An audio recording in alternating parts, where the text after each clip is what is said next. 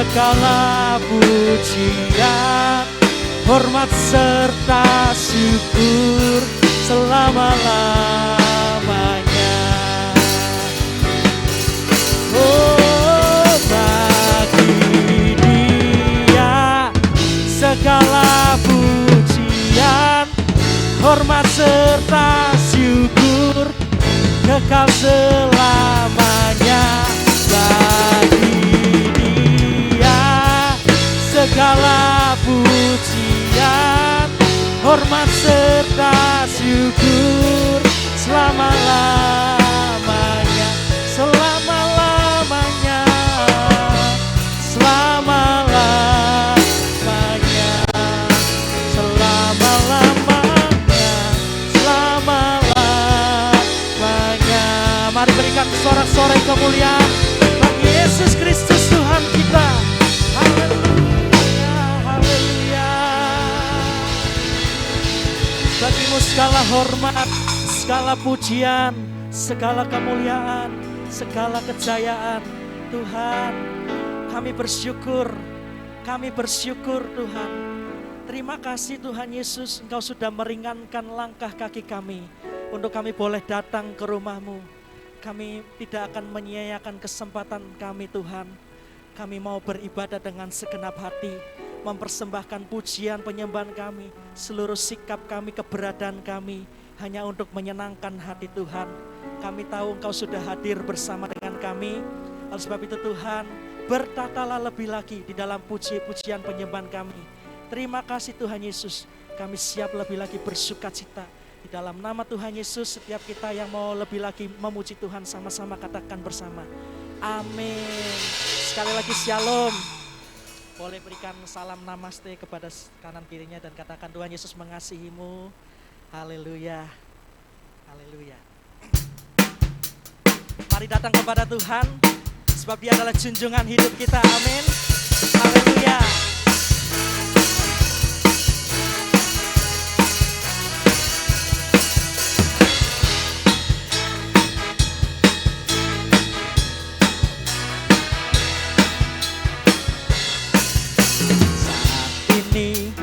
Ku datang lagi, haleluya, kepadamu Tuhan, junjungan hidupku. Ku angkat tanganku, ku puji namamu, Yesus, ku sembah Kau Tuhan. Hari-hari telah ku lalui, hari-hari telah ku lalui. Bersamamu Tuhan, ku rasa bahagia. Peganglah tanganku, tunjuklah jalanku, Yesus, Kaulah segalanya. Haleluya, bersorak bagi Tuhan. Haleluya, sorak hosana. Haleluya, glory bagimu, amin. Haleluya, sorak hosana, terpujilah namamu. Mari menyanyikan pujian ini lebih lagi bagi Tuhan. Saat ini ku datang lagi, haleluya. Saat ini ku datang lagi kepadamu Tuhan, junjungan hidupku. Ku angkat tanganku, ku puji namamu, Yesus, ku sembah Kau Tuhan. Hari-hari telah ku lalui, amin Tuhan. Bersamamu kami berasa bahagia, rasa bahagia.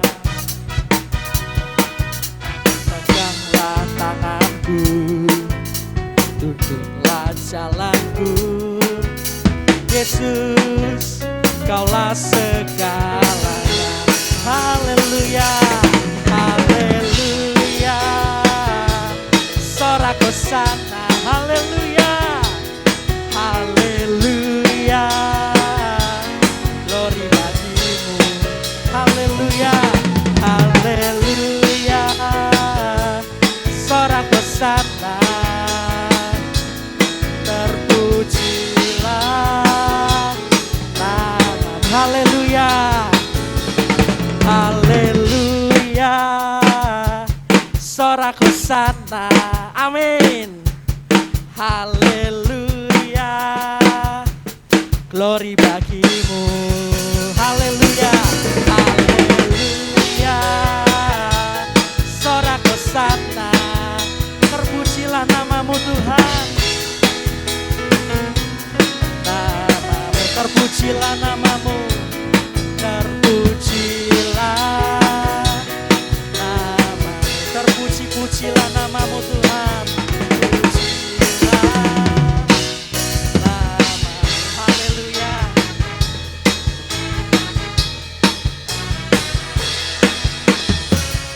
Jemaat dipersilakan duduk kembali dan mari kita persiapkan persembahan kita. Kita akan menabur. Saya mengundang petugas persembahan boleh maju ke depan. Dan sebelum kita memberi, mari kita berdoa terlebih dahulu.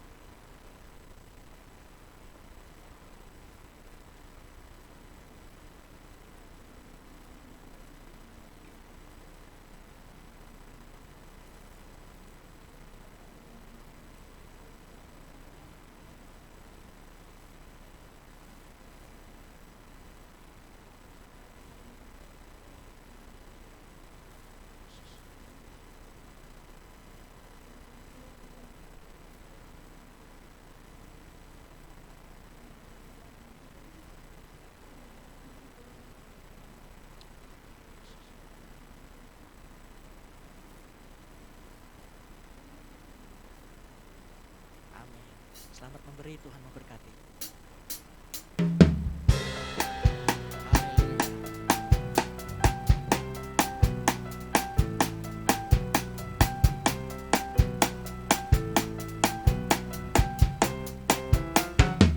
Sungguh ku bangga Bapa punya Allah seperti Engkau. Sungguh ku bangga Yesus atas segala pengorbananmu. Tak ingin aku hidup lepas dari kasih-Mu. Kasih-Mu menyelamatkan dan beriku pengharapan. Sungguh ku bangga Bapa punya Allah seperti Engkau.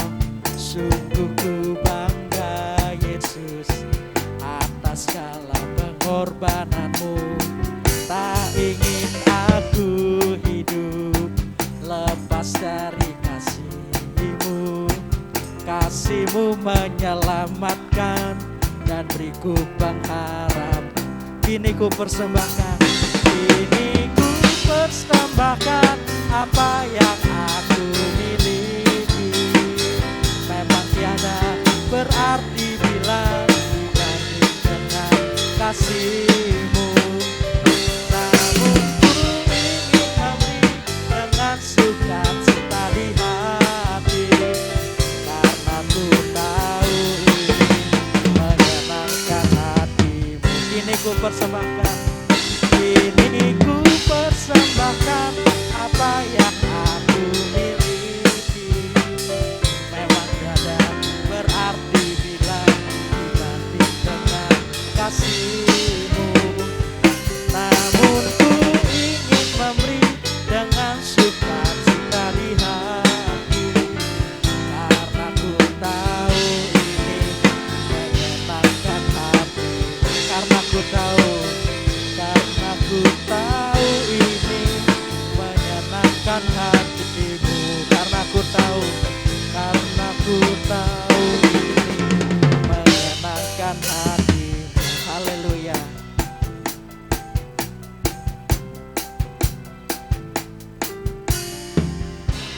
Kiranya diberkati apa yang sudah Bapak Ibu bawa bagi Tuhan, dikembalikan berkali lipat. Amin.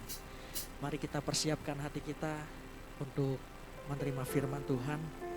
Yohanes 3 ayat 16 mengatakan, karena begitu besar kasih Allah akan dunia ini, sehingga ia telah mengaruniakan anaknya yang tunggal, supaya setiap orang yang percaya kepadanya tidak binasa, melainkan beroleh hidup yang kekal. Kasih Allah sungguh sudah dinyatakan buat setiap kita melalui Yesus Kristus yang sudah diserahkan buat kita. Oleh sebab itu tidak ada respon yang terbaik yang kita bisa berikan selain daripada bersyukur kepada Tuhan.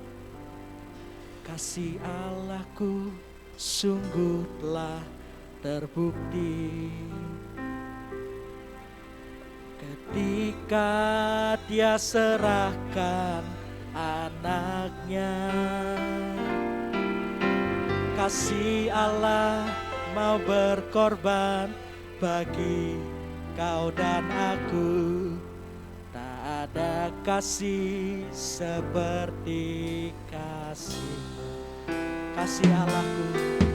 Kasih Allahku sungguh telah terbukti ya Tuhan, ketika Dia serahkan anaknya. Kasih Allah mau berkorban bagi kau dan aku. Tak ada kasih seperti kasih.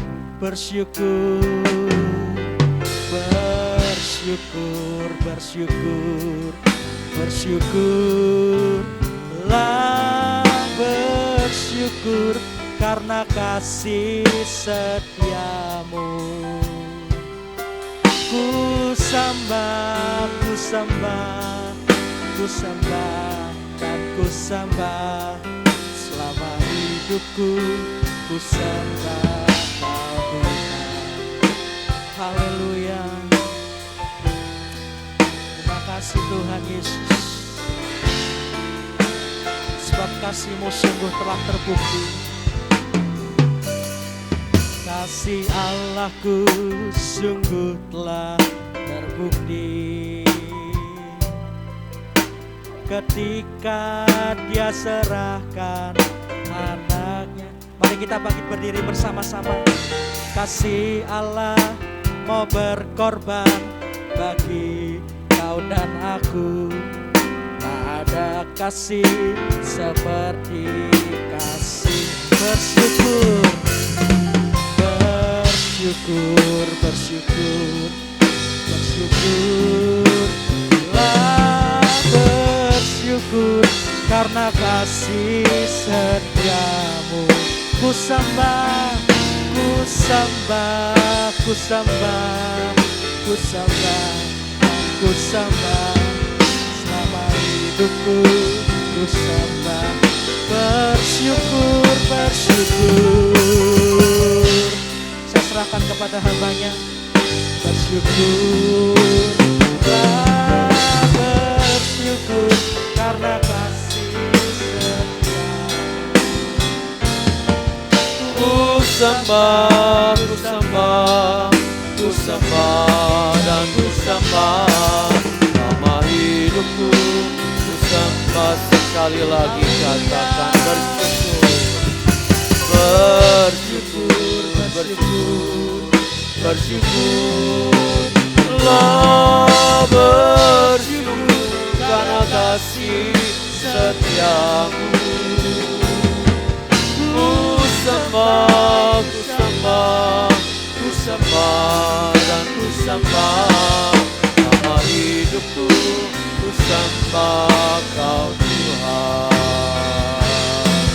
selama hidupku. Ku sembah Kau Tuhan selama hidupku. Ku sembah Kau Tuhan.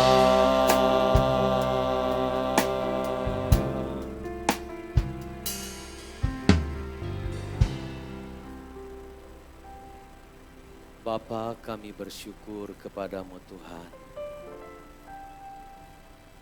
Yesus sudah menyatakan diri 2000 tahun yang lalu dan menyatakan kasih-Mu yang terbesar.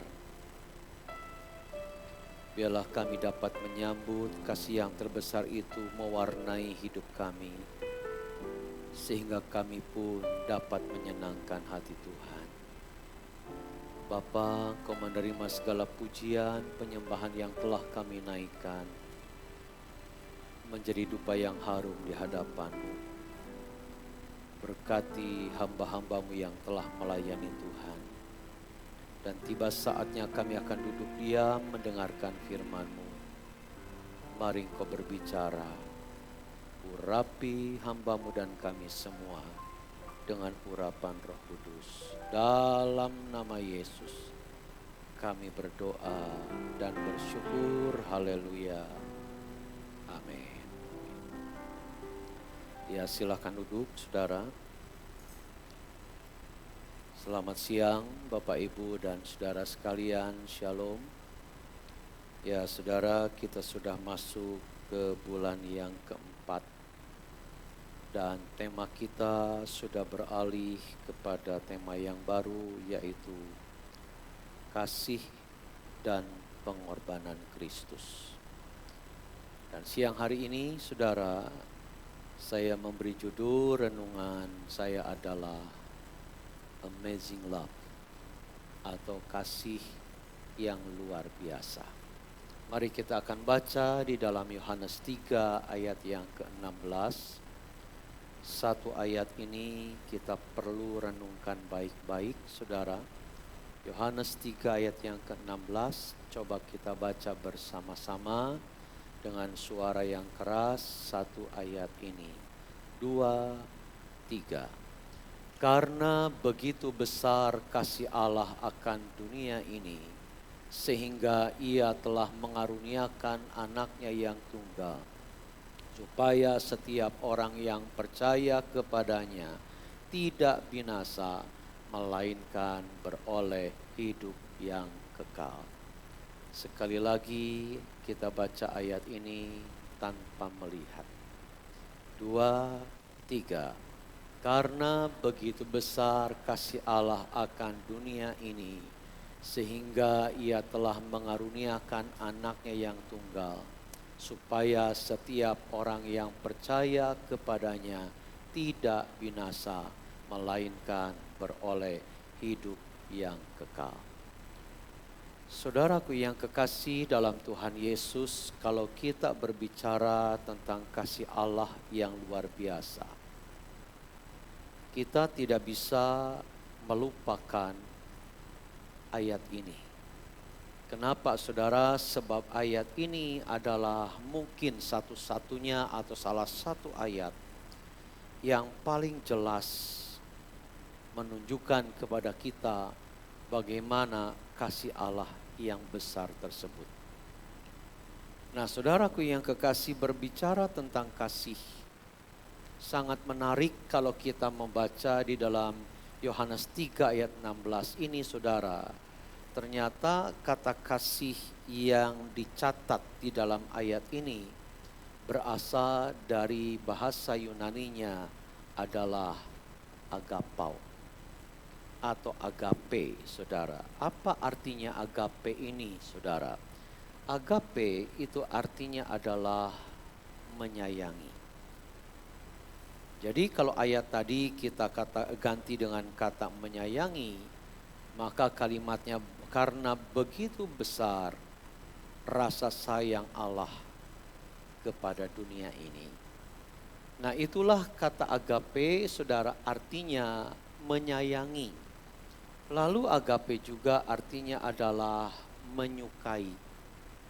Karena begitu besar rasa suka Allah kepada dunia ini, sehingga Ia telah mengaruniakan anaknya yang tunggal.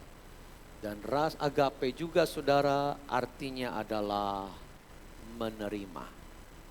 Karena begitu besar penerimaan Allah akan dunia ini, sehingga Ia telah mengaruniakan anaknya yang tunggal.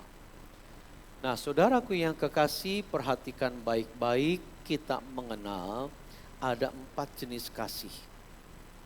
Yang pertama itu namanya adalah kasih eros. Ya, kasih eros itu biasa kita sebut sebagai kasih hawa nafsu. Seorang pria senang kepada seorang wanita suka kepada seorang pria. Saudara, kasih yang berperan di dalam rasa suka di situ adalah kasih eros, kasih hawa nafsu, saudara. Lalu yang kedua ada kasih filia. Apa itu kasih filia? Saudara, kasih filia itu adalah kasih antar sahabat. Ya, kita punya seorang sahabat, punya soulmate, punya orang yang dekat dengan kita, dan kita katakan aku mengasihi dia. Dan kasih yang berlaku di dalam persahabatan itu, saudara, itu namanya adalah kasih filia. Dan yang ketiga, saudara, ada kasih storge. Kasih storge itu adalah kasih dalam hubungan darah. Orang tua kepada anak, saudara, atau adik kakak, saudara. Nah, kasih yang berlaku di dalam kasih sayang antar keluarga itu menggunakan kata storge, saudara. Dan yang keempat, saudara, itu ada kasih agape. Nah, dari keempat kasih ini, saudara, kasih agape itu adalah kasih yang memiliki nilai paling tinggi. Catat baik-baik, saudara. Kasih agape ini, saudara, adalah kasih yang bernilai paling tinggi dibandingkan dengan 3 kasih yang lainnya. Kenapa demikian, saudara?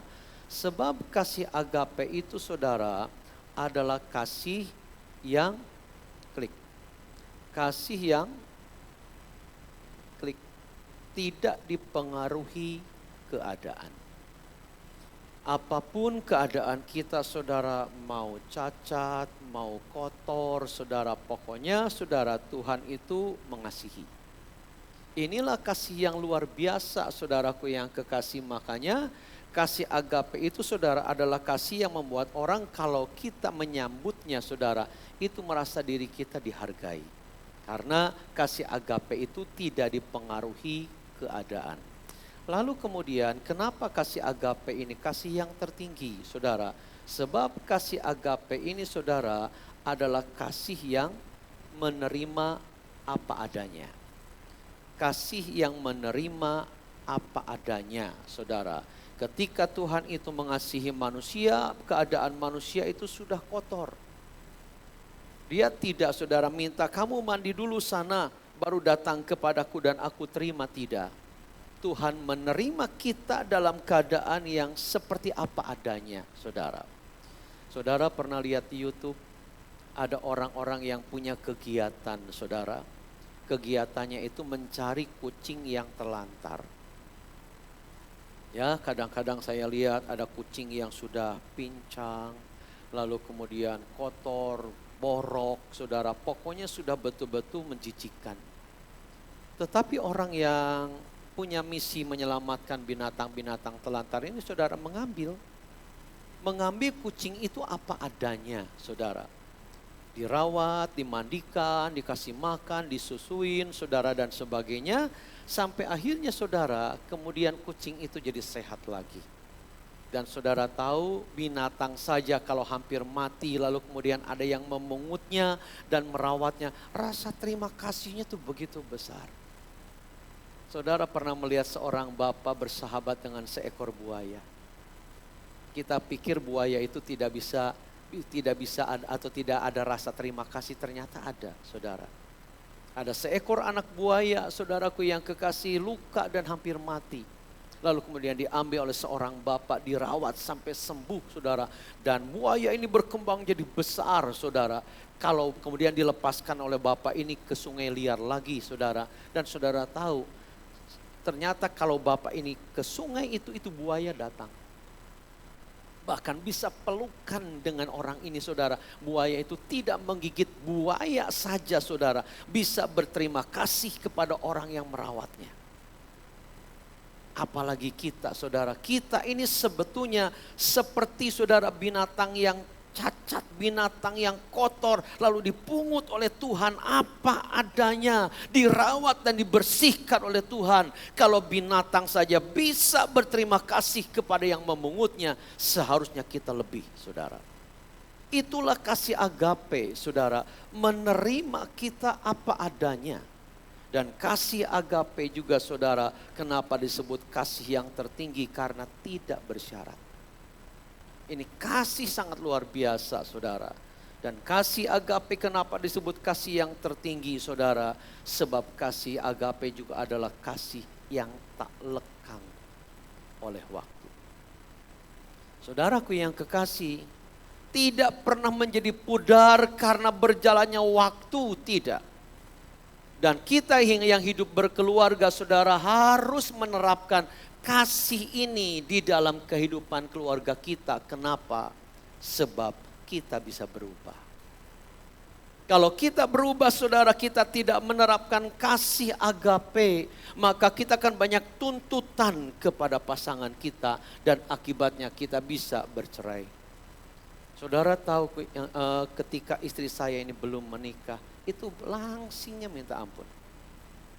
Saya katakan langsingnya minta ampun, saudara, tipis. Saking langsingnya, tapi sekarang langsungnya juga minta ampun, saudara. Kalau saya tidak punya kasih agape, saudara, maka ketika melihat perubahan ini, saudara, kasih saya lekang oleh waktu. Ya enggak? Kita sadar, saudara, pasangan kita berubah. Dulu cantik, sekarang tidak cantik lagi. Dulu ganteng, sekarang tidak gagah lagi, saudara. Nah, kalau kita punya kasih agape, maka kasih kita tidak akan lekang oleh waktu. Saudaraku yang kekasih, kalau kita mengasihi Tuhan juga dengan kasih agape, maka kasih kita kepada Tuhan tidak akan gampang luntur karena keadaan yang kita hadapi.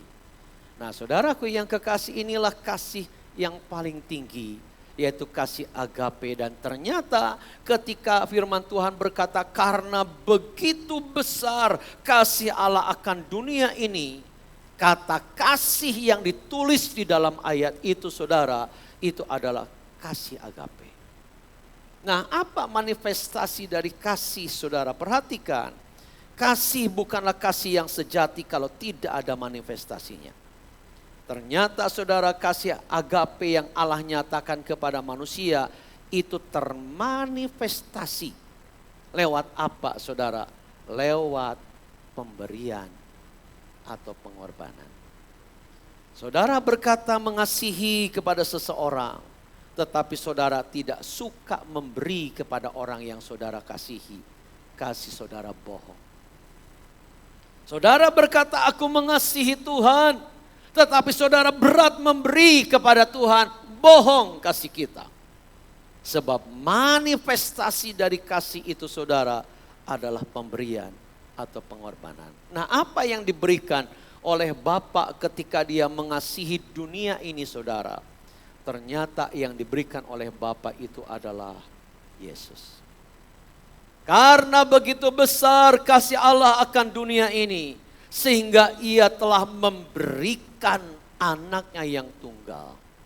Supaya setiap orang yang percaya kepadanya tidak binasa, melainkan beroleh hidup yang kekal. Saudara lihat di dalam ayat ini, wujud dari kasih Allah yang begitu besar kepada dunia ini adalah sebuah pemberian.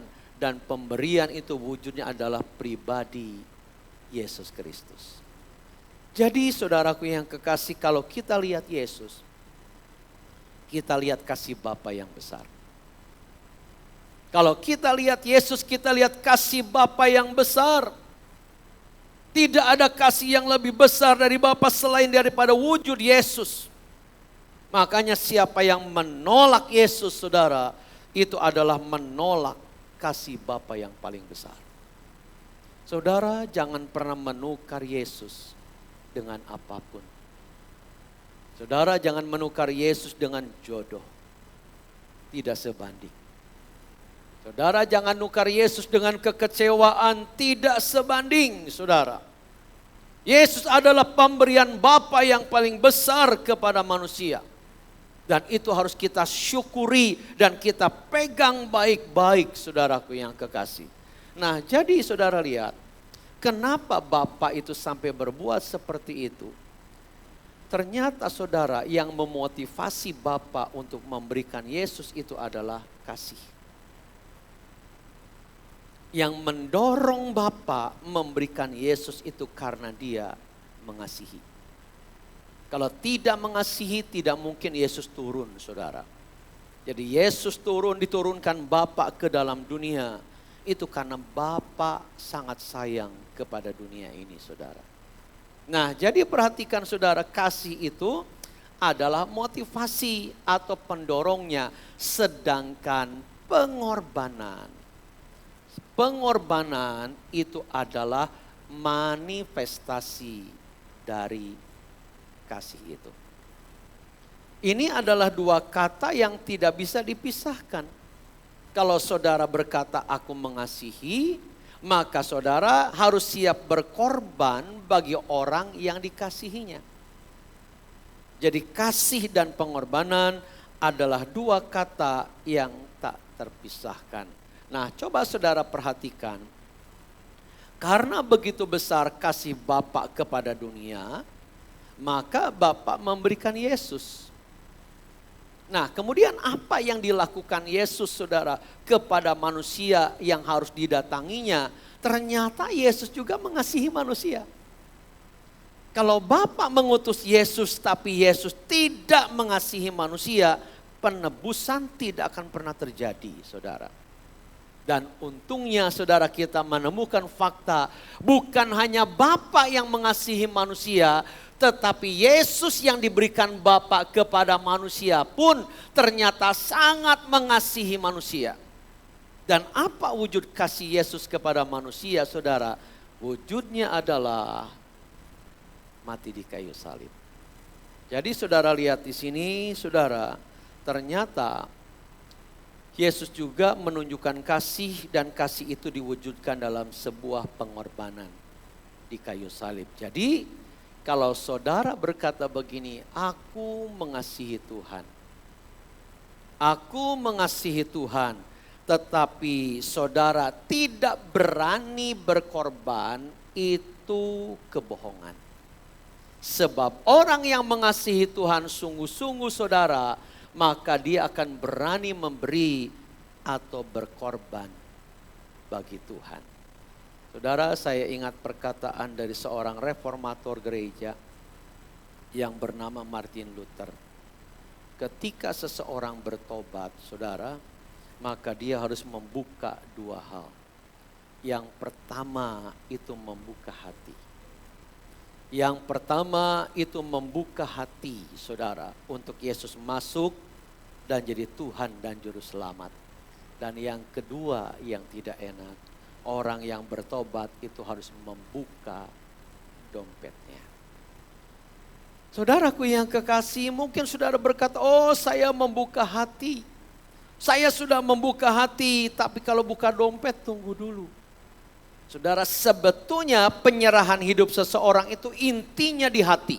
Ketika seseorang berani menyerahkan hatinya kepada seseorang, saudara, maka dia sebetulnya sedang menyerahkan seluruh hidupnya kepada orang yang dimana dia beri.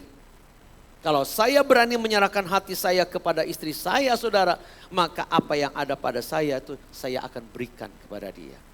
Nah, ini lucu, saudara. Kita berkata aku mengasihi Tuhan, aku membuka hati buat Tuhan, tetapi ketika disuruh membuka dompet, berat.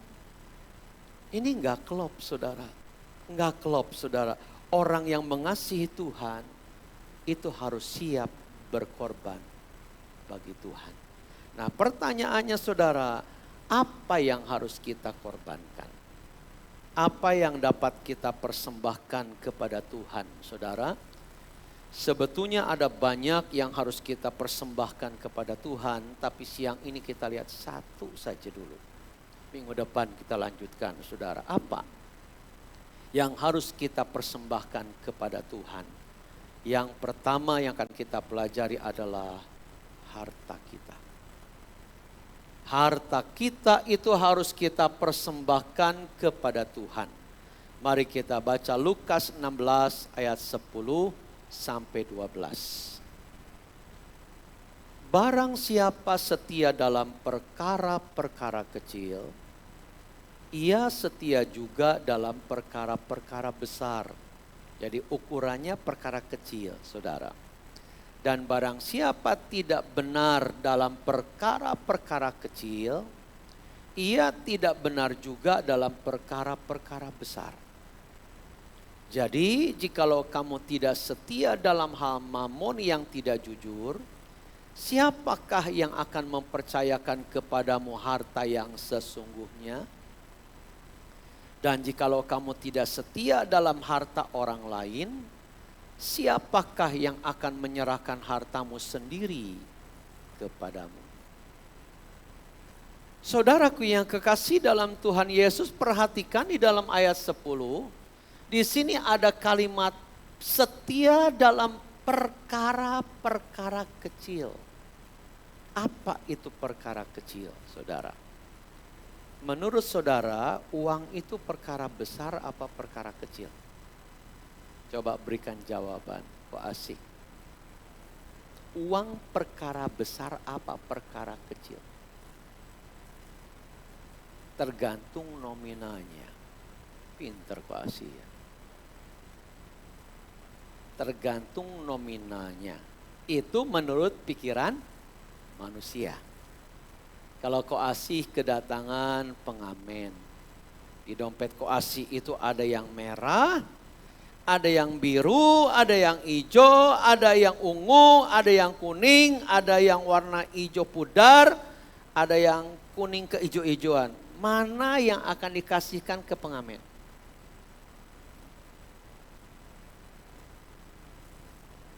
Bingung warnanya. Buta warna berarti koasih. Yang mana yang akan dikasihkan ke pengamen? Yang warna hijau ke kuning-kuningan apa yang merah? Yang hijau ke kuning-kuningan. Why? Why ngasih yang hijau ke kuning-kuningan? Why ngasih yang warna hijau ke kuning-kuningan? Karena nilainya kecil. Saudara, ini fakta yang terjadi. Ternyata kalau kita bicara sesuatu yang kecil, lalu kita lepaskan, itu gampang. Itu mudah. Nah, persoalannya sekarang, uang itu perkara besar apa perkara kecil bagi kita? Kalau kita memandang perkara besar, saudara, maka ini bertolak belakang dengan pandangan Tuhan. Bagi Tuhan, saudara, mamon itu perkara yang kecil. Kalau kita memandang ini perkara yang besar, wajar kita ini sulit berkorban bagi Tuhan. Tetapi kalau kita memandang mamon itu perkara kecil, ketika Tuhan berkata, persembahkan bagiku, maka itu menjadi bukan kesulitan bagi kita. Betul saudara, jawaban koasih tergantung. Saya tanya tadi pagi kepada seseorang, apa jawabannya? Tergantung. Manusia memang senang yang digantung-gantung memang. Koasih juga berkata, tergantung saudara. Kalau konsep pikiran kita memandang uang itu perkara besar saudara, maka pada saat Tuhan berkata persembahkan hartamu bagiku saudara, ini menjadi perintah yang sangat-sangat menekan. Tetapi kalau saudara memandang pandangan saudara diselaraskan dengan apa yang Tuhan katakan yaitu perkara kecil, maka pada saat saudara melepas perkara kecil itu bukan soal yang sulit saudara. Nah saudaraku yang kekasih, ternyata kata perkara kecil di sini itu bicara ke sini, mamon. Kalau kita tidak benar dalam perkara yang kecil kata Tuhan, mamon, maka kita tidak bisa benar dalam perkara yang besar. Kalau kita tidak jujur dalam perkara mamon saudara, kita tidak bisa jujur dalam perkara yang lebih besar. Uang bagi Tuhan bukan persoalan besar. Bukan saudara. Nah jadi supaya kita ini tidak keikat oleh mamon ini, belajarlah memandang mamon itu perkara yang kecil. Walaupun kita butuh, jangan terlalu dibesarkan, saudara. Karena kalau terlalu dibesarkan, nanti mamon itu membesar melebihi Tuhan. Kalau sudah membesar melebihi Tuhan, saudara, saudara akan kehilangan iman. Saudara akan kehilangan iman. Nah, jadi saudara, menurut ayat ini jelas sekali bahwa uang itu, mamon itu, harta itu adalah perkara yang kecil. Nah, mari kita perhatikan saudara, kalau kita bicara soal harta atau mamon, saudara, klik. Kita harus menyadari, saudaraku yang kekasih, bahwa harta itu adalah sarana untuk menjalani kehidupan. Ya, di dunia ini kalau tidak ada harta atau uang, rada susah. Kalau kita tidak punya uang, saudara, maka kehidupan itu sepertinya jalannya lebih terjal, lebih sulit. Tetapi saudara harus menyadari bahwa harta atau uang yang ada pada kita itu sebetulnya itu adalah titipan Tuhan. Istilah Alkitabnya tadi, saudara, adalah harta orang lain. Tolong perhatikan, saudara, jangan pernah menganggap uang yang ada pada kita itu harta saudara. Itu harta orang lain. Maksudnya siapa orang lain ini, saudara? Tuhan. Kalau kita tidak bisa mengelola titipan dengan baik, lalu siapa yang akan memberi harta kita yang sesungguhnya, kata firman Tuhan. Jadi saudara, kalau ini adalah sesuatu yang Tuhan titipkan kepada kita, berarti suatu saat akan dipertanggungjawabkan di hadapan Tuhan. Ingat baik-baik ya, bukan hanya perbuatan yang harus dipertanggungjawabkan, tetapi uang kita juga harus dipertanggungjawabkan. Apanya yang kita pertanggungjawabkan soal uang, saudara? Yang pertama, saudara, soal bagaimana kita mendapatkannya. Saudara, bagaimana saudara mendapatkan uang di dalam kehidupan ini, itu akan dipertanggungjawabkan di hadapan Tuhan. Kalau saudara terbiasa dengan cara yang tidak benar, dengan cara menipu, korupsi dan sebagainya, saudara, itu pun akan dipertanggungjawabkan di hadapan Tuhan. Tidak lepas dari pandangan Tuhan, saudara. Lalu yang kedua yang harus dipertanggungjawabkan itu adalah cara penggunaannya. Jadi saudara perhatikan, walaupun istilah dunia, uang yang ada di dompet kita itu adalah uang kita. Lalu kita berkata, ya karena ini uang saya, ya seenaknya saya menggunakannya dong. Ternyata di mata Tuhan gak bisa. Kita harus menggunakan titipan Tuhan itu, saudara, dengan cara yang Tuhan tetapkan. Dengan cara yang Tuhan tetapkan. Dan ingat baik-baik saudara, harta atau uang itu sebetulnya hanyalah sebuah alat. Uang itu cuma alat. Sekali lagi, uang itu cuma sarana. Dan jangan memperbudak kita. Jangan kita diperhamba oleh uang, saudara. Sebab ketika uang jadi tuan atas hidup kita, maka kita akan diperbudak oleh uang itu. Contoh orang yang diperbudak oleh uang apa, saudara? Salah satunya, dia bekerja cari uang tidak pernah mengenal lelah. Enggak pernah ada berhentinya, jam ibadah diterjang terus. Itu orang yang diperbudak oleh uang. Saudaraku yang kekasih, bukankah firman Tuhan berkata, di mana hartamu berada, di situ hatimu. Petrus Agung pernah berkata begini, saudara. Ini ayat, saudara, betul. Di mana hartamu berada, di situ hatimu. Bagaimana caranya supaya hati kita itu ada di sorga, bukan di uang? Maka uang itu harus dipersembahkan ke Tuhan. Baru hati kita ada di sorga, saudara. Tetapi kalau kita berat mempersembahkan harta dan uang kita kepada Tuhan, saudara, maka hati kita di situ. Tuhan kita bukan lagi Tuhan, tetapi harta kita, saudara. Karena itu, saudara, kita harus mempersembahkannya kepada Tuhan supaya apa? Supaya kita tidak diperbudak oleh uang itu. Saudara ingat nggak di dalam Alkitab itu ada satu contoh ya. Seorang muda datang kepada Tuhan Yesus dan bertanya, "Guru yang baik, apa yang harus aku lakukan supaya aku memperoleh hidup yang kekal?" Ini orang masih muda, saudara. Bisa dikatakan crazy rich pada zamannya. Orang yang masih muda tapi sudah kaya, saudara. Dia bertanya, "Guru, apa yang harus aku lakukan untuk memperoleh hidup yang kekal?" Lalu Yesus berkata, "Jangan membunuh, jangan mencuri, jangan berzina, hormati orang tua, lakukan hukum Taurat." Hebatnya lagi, saudara, ini anak muda berkata gini, "Sudah, Guru. Ini anak muda sudah kaya, taat lagi, religius lagi.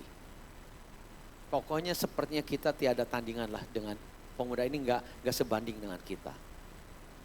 Tetapi Yesus berkata, "Kalau kamu ingin sempurna, jual hartamu, bagikan ke orang miskin, dan ikut aku." Apa yang terjadi, saudara? Itu pemuda menundukkan kepala sedih. Dan Alkitab berkata dia meninggalkan Yesus karena hartanya banyak.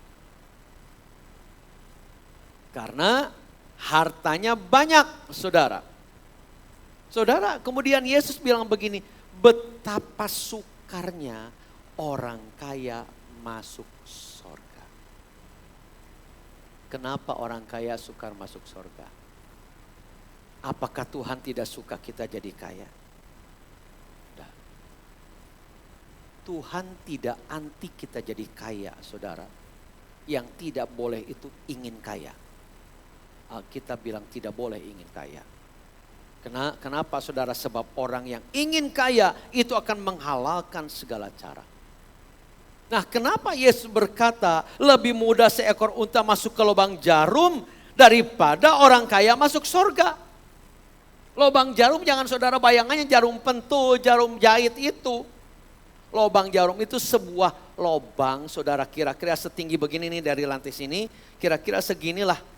Itu lubang begitu, kalau orang mau lewat situ harus nundukkan kepala begini, saudara. Bukan lubang jarum yang kecil itu. Nah, lebih mudah unta masuk ke lubang itu daripada orang kaya masuk surga. Kenapa, saudara? Orang kaya itu, saudara, akan dipengaruhi sindrom air laut. Saudara tahu sindrom air laut? Apa itu sindrom air laut? Sindrom air laut itu, saudara, semakin diminum, itu akan semakin haus. Orang kaya, saudara, bisa dihinggapi sindrom seperti ini. Ketika dia sudah banyak kekayaannya, akan muncul perasaan kurang. Makanya tidak pernah kaya-kaya, karena terus perasaannya kurang. Itu sebabnya orang kaya yang kena sindrom air laut, saudara, itu sukar bersyukur. Walaupun uangnya banyak. Nah, saudara, anak muda ini pergi meninggalkan Yesus. Dengan sedih dikatakan oleh Alkitab, karena hartanya banyak. Kalau konsep anak muda itu seperti Tuhan memandang, bahwa harta itu perkara kecil. Saat Yesus berkata begitu, bagi orang muda ini seharusnya tidak berat. Tapi kenapa menjadi berat, saudara? Sebab dia sebetulnya sudah diperhamba oleh harta itu. Yang jadi Tuhannya bukan Yesus, bukan Bapa, tetapi, saudara, harta itu. Sebab itu ketika Tuhan Yesus berkata, jual hartamu, bagikan ke orang miskin. Itu sama dengan menjual yang dia banggakan saat itu. Makanya berat, saudara. Nah, saudaraku yang kekasih dalam Tuhan Yesus, karena itu kita harus korbankan kepada Tuhan. Maksudnya apa korbankan kepada Tuhan? Maksud dikorbankan bagi Tuhan itu bukan dipersembahkan ke gereja semuanya, bukan. Tapi saudara, caranya adalah disalurkan. Ini artinya disalurkan kepada orang atau lembaga yang tepat. Nah, apa saudara? Apa lembaga atau orang yang tepat tempat kita berkorban bagi Tuhan itu saudara? Yang pertama saudara, saluran kita berkorban bagi Tuhan itu adalah keluarga.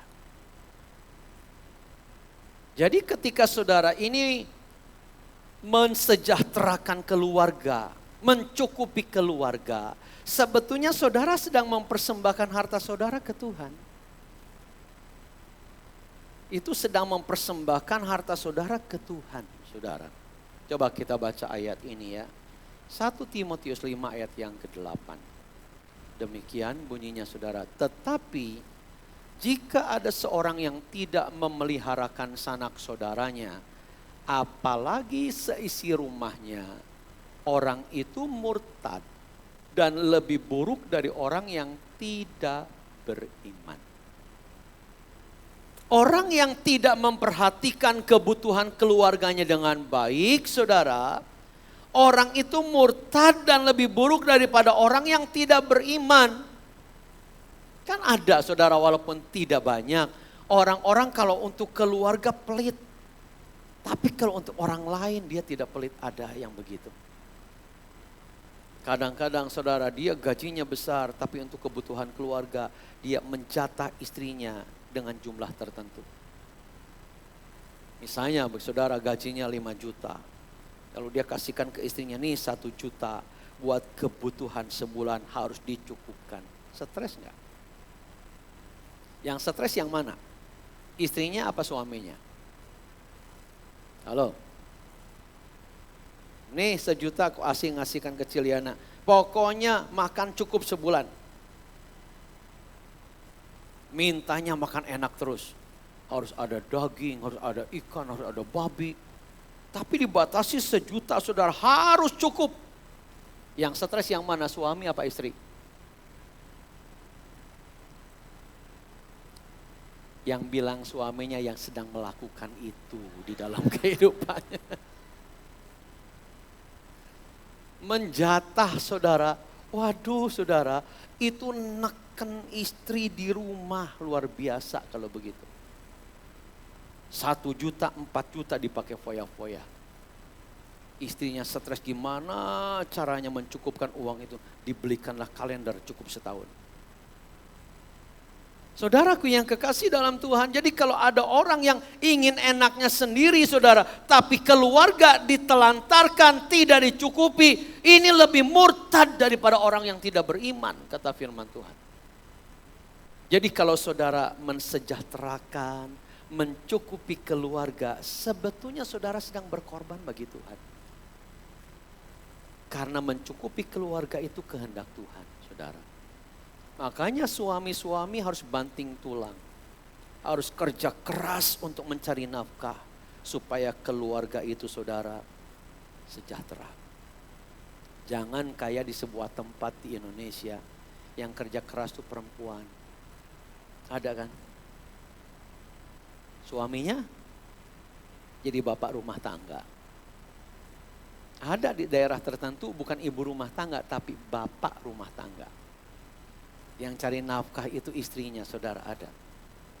Ini tidak umum tapi ada. Di tempat itu memang umum begitu tapi secara keseluruhan tidak umum. Yang umum itu adalah seorang pria sebagai kepala keluarga, dia akan kerja keras mencari nafkah supaya keluarganya bisa tercukupi dengan baik. Baru itu ciami, saudara. Dan itu dikategorikan berkorban bagi Tuhan. Jadi yang pertama saudara itu adalah keluarga. Sebab itu perhatikan kebutuhan keluarga harus dicukupi. Jangan pelit bagi keluarga.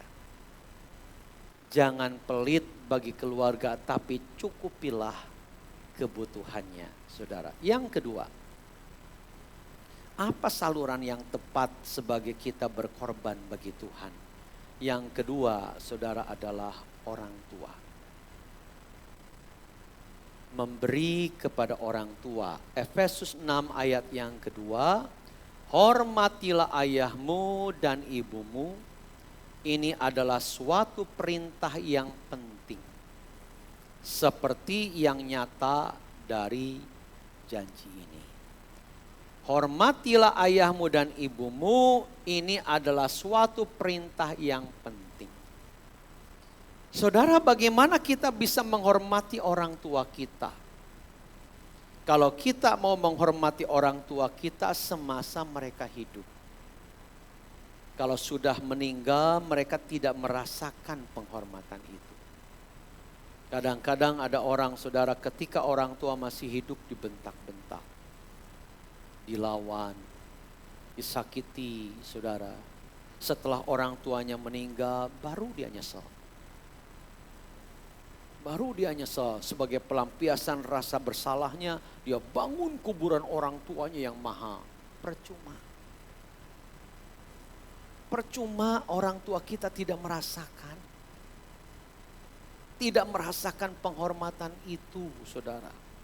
Ada kuburan yang harganya itu ratusan juta, bahkan mungkin miliar, saudara. Sekalipun di dalam kuburannya, saudara, ditambah AC Daikin. Nggak merasakan itu. Kalau mereka mau kita hormati ketika mereka masih hidup, bagaimana caranya kita bisa menghormati mereka, saudara? Pertama, misalnya kalau kita jauh, sering-seringlah kalau ada waktu mengunjungi atau minimal menelpon. Jangan terus-menerus beralasan kerjaan sibuk. Kemarin, saudara, tanggal 14 Maret kemarin, tanggal 14 Maret kemarin, sebetulnya akhir Februari saya baru dari Tasik. Karena ada pamannya istri saya yang meninggal, dan itu jadi orang tua, pengganti orang tua dari istri saya.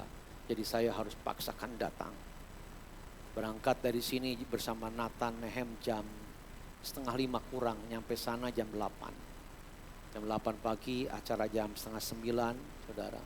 Saya paksakan datang. Waktunya cuma seminggu lebih, tanggal 14 saya datang lagi ke Tasik. Kenapa? Sebab mama saya ulang tahun. Berkali-kali saya ingin datang, tapi selalu terhambat oleh acara-acara gereja. Terhambat oleh acara-acara orang yang minta tolong ke saya. Ada acara pernikahan, ada acara yang lainnya. Sampai akhirnya saya mengorbankan tidak berkunjung ke orang tua. Tetapi saudara, kemarin saya paksakan saya harus pulang. Mumpung mama saya masih hidup karena usianya sudah 87 tahun. Jadi saya paksakan. Saudara pikir kalau ke Tasik itu tidak butuh uang banyak? Lumayan. Dan saya rayakan mama saya walaupun sederhana. Saudara, saya bawa makan ke rumah makan yang lumayan. Untuk menyenangkan mama saya saja mumpung masih hidup. Dan kalau saya berkunjung ke mama saya selalu belajar memberi ke mama saya. Dan seringkali memberi itu lewat istri biar mantunya disayang. Wah, mantunya baik, suka ngasih duit, saudara. Jadi disilang, sebaiknya disilang. Kalau misalnya mertua itu mertua laki dari salah satu suami istri itu dari istri, maka yang ngasih itu mantunya. Jangan anaknya, mantunya disilang, saudara. Nanti ke yang satu lagi, dari yang pihak satu lagi disilang begitu. Nah, saya bukan orang kaya. Saya belum kaya, saudara.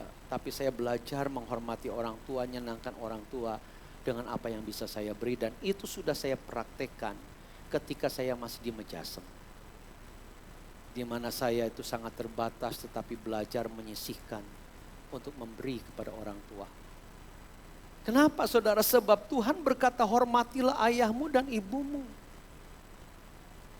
Hormati mereka. Bagaimana caranya, saudara? Salah satunya adalah kalau kita bisa beri, berilah. Orang tua itu, saudara, ketika mendidik kita tidak perhitungan harta. Kadang-kadang mereka tidak punya uang tapi demi menyekolahkan anaknya diada-adakan walaupun harus pinjam ke sana kemari. Jadi kalau mereka itu melihat anak-anaknya sukses dan mapan, itu sudah cukup senang dan tidak minta dari anak. Makanya ada ungkapan begini saudara, harta orang tua itu juga milik anak. Tetapi apa yang anak punya belum tentu milik orang tua. Betul enggak? Kalau orang tuanya kaya saudara, anak menikmati. Kalau orang tuanya enggak ada, warisan turun ke anak saudara. Tapi kalau anak kaya, belum tentu orang tuanya menikmati. Padahal seharusnya kalau kita sudah diberkati Tuhan, mari kita menyadari kalau orang tua sudah membesarkan kita, maka pada saat kita diberkati, maka mereka harus kita rawat oleh kita. Saudaraku yang kekasih, banyak orang yang mengabaikan ini. Sebetulnya menghormati orang tua, memberi kepada orang tua itu kehendak Tuhan. Kita sedang mempersembahkan sesuatu ke Tuhan ketika kita memberi kepada orang tua kita. Jadi ini nomor 2 saudara, yang harus kita jadikan saluran kita berkorban bagi Tuhan. Yang pertama keluarga, yang kedua orang tua. Saya ingat perkataan dari Pendeta Erastus yang mengatakan kalau kita suka memberi dalam pekerjaan Tuhan, tetapi orang tua ditelantarkan, ini gak benar. Wah, khotbah itu saudara betul-betul disambut oleh orang Buddha, Hindu, Konghucu saudara. Sampai disebar-sebarkan, saya punya kawan yang bukan Kristen di sini saudara. Ketika mendengar khotbah itu disebar-sebarkan, ini baru betul, ini baru betul. Saudaraku yang kekasih, betul. Kita ngasih perpuluhan, kita ngasih persembahan ke gereja, tapi orang tua tidak kita perhatikan, maka persembahan ini gak benar. Persembahan seperti ini gak benar. Tapi jangan salah pengertian, bukan berarti saudara kasih ke orang tua dari perpuluhan. Gak ada ayatnya. Gak ada ayatnya saudara, ngasih ke orang tua motong dari perpuluhan, ngasih ke orang miskin motong dari perpuluhan, itu gak ada ayat. Perpuluhan itu harus ke rumah perbendaharaan, saudara. Nah, jadi saudaraku yang kekasih, sasaran yang kedua kita berkorban bagi Tuhan itu ternyata orang tua. Orang tua. Yang ketiga, siapa sasaran kita berkorban bagi Tuhan? Yang ketiga saudara, itu adalah pekerjaan Tuhan. Pekerjaan Tuhan. 1 Tawarikh 29 ayat yang ke-9 berkata, bangsa itu bersukacita karena kerelaan mereka masing-masing, sebab dengan tulus hati mereka memberikan persembahan sukarela kepada Tuhan. Juga Raja Daud sangat bersukacita. Saudara kalau membaca konteks 1 Tawarikh pasal 29 ayat 1 sampai 9. Ini pengumpulan harta buat pembangunan bait Allah. Saat itu Daud tidak bisa membangun, yang membangun itu anaknya yang bernama Salomo. Tetapi sejak Daud saudara, persembahan itu dikumpulkan. Dan semua jemaat saudara bersukacita karena kerelaan mereka masing-masing, mereka membawa persembahan, saudara. Saudara, ini yang terjadi kalau mereka bicara soal persembahan untuk pembangunan bait Allah, semangatnya luar biasa. Nah, tapi berbanding terbalik setelah itu kita lihat Hagai. Hagai pasal 1 ayat 6 berkata begini. Kamu menabur banyak, tetapi membawa pulang hasil sedikit. Kamu makan tetapi tidak sampai kenyang, kamu minum tetapi tidak sampai puas, kamu berpakaian tetapi badanmu tidak sampai panas. Dan orang yang bekerja untuk upah, ia bekerja untuk upah yang ditaruh dalam pundi-pundi yang berlobang. Saudara pernah nggak mengalami yang begini? Saudara bekerja, uang yang didapat banyak, tetapi saudara tidak bisa nyimpan. Saudara tidak bisa nabung. Kalau ditanya kemana uangnya, bingung.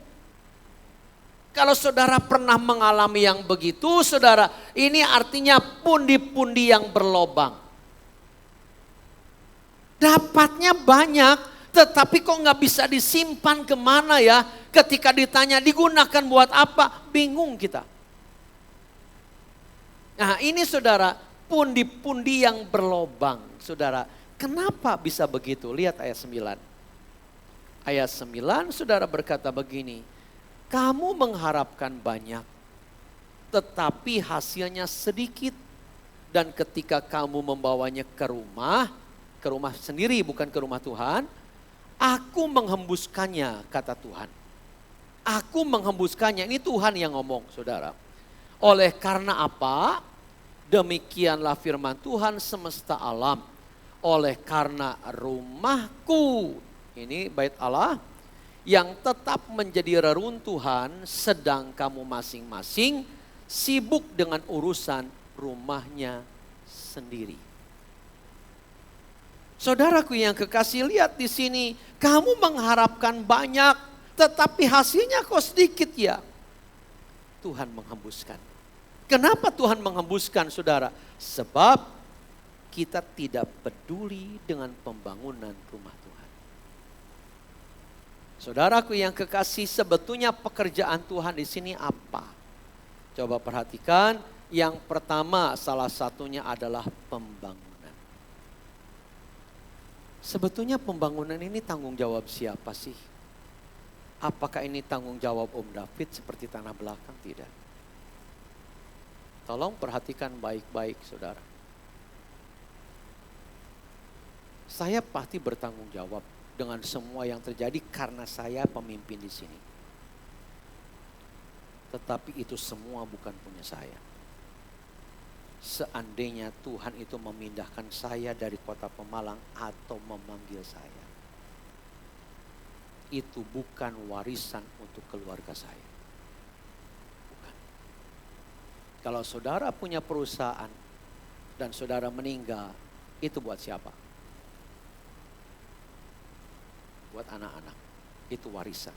Saya tidak punya peninggalan dari gereja untuk anak-anak saya. Kecuali salah satu anak atau mantu yang terpanggil untuk jadi gembala, itu beda. Kalau tidak ada, lalu kemudian saya dipanggil pulang oleh Tuhan atau dipindahkan Tuhan. Semua yang saya bangun dalam pertolongan Tuhan ini saudara, bukan milik saya. Makanya kalau ditanya pembangunan ini tanggung jawab siapa? Apakah tanggung jawab David sendiri? Tidak. Pembangunan ini tanggung jawab seluruh jemaat. Seluruh jemaat.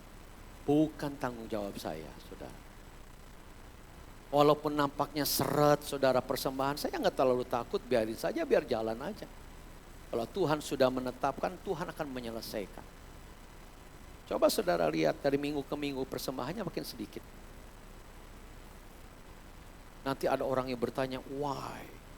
Kenapa? Ada apa dengan gereja? Kok orang pelit-pelit? Saudara akhirnya dicari kesalahannya. Saya tidak terlalu takut, ini pekerjaan Tuhan, Tuhan tidak akan diam. Tidak akan diam, saudara, saya hanya diberi tugas kelola. Kelola, saudara. Tapi ini bukan tanggung jawab sepenuhnya, saudara. Ini tanggung jawab kita bersama. Tanggung jawab kita bersama. Ada yang mengatakan, oh yang penting itu misi, saudara. Misi juga bagian dari pekerjaan Tuhan.